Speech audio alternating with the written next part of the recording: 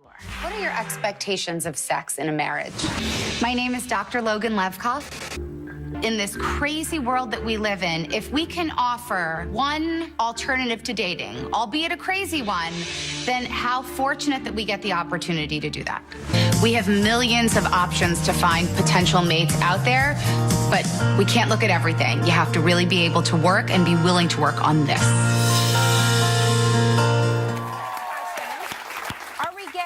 Super intense for you right now? Is it getting real right now, Dr. Logan? It's not intense enough. She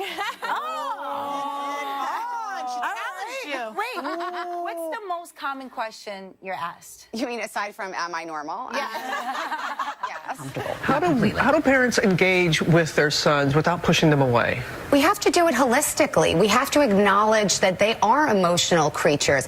Look, this idea of masculinity really has been corrupted. It's become very toxic, and it's created a situation where our boys are ill-equipped to deal with their emotions. We need to redefine manhood as integrity and character and strength, not in terms of being overpowering and making someone else feel small, but in being able to fight for what's right and stand up for yourself and also treat all people with respect. We don't always do that.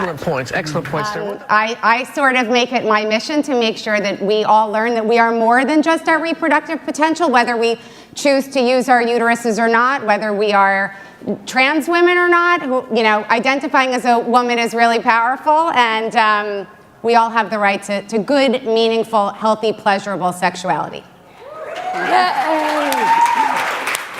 Can a bad marriage survive if there is great sex? No. No. Definitely not. Great sex is not enough to sustain a relationship in the long run. And so the doc here, her mission today is to make sex seem, what, more desirable, easier, more accessible no matter the age? Well, I think to first recognize that we are entitled to be sexual beings throughout our lives. It doesn't end one day, thankfully. Little boys for that matter, like to play with their mom's makeup. It's about dress up and role play. This isn't about dress up. This is about showing girls this is makeup for you so that you can perfect yourself. Can I talk to you about birth control? Sure. Do you know what this is? Are you using the right birth control? I hope so. Do you know what this is? Extra large condom, maybe? Do you know what this is? Circle. Starts with a D.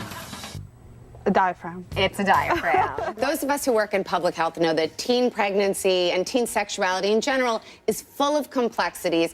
And what we're really seeing is a perfect storm of public health interventions paying off, our culture changing, better condom use, more access to contraceptives, better cultural conversations. Is it hard to get these women to do it these days, or what? Well, it's definitely a little bit more complicated, especially when sometimes men forget to say thank you. I mean, thank you gets you sex. I mean, after you sleep with them, they're supposed to say thank you? No, before. Thank you for everything. Go home and say thank you. Oh, I see. Just thank you for everything. Very simple. Take a shower and say thank you. And how about begging? Does that work? Not very often. No.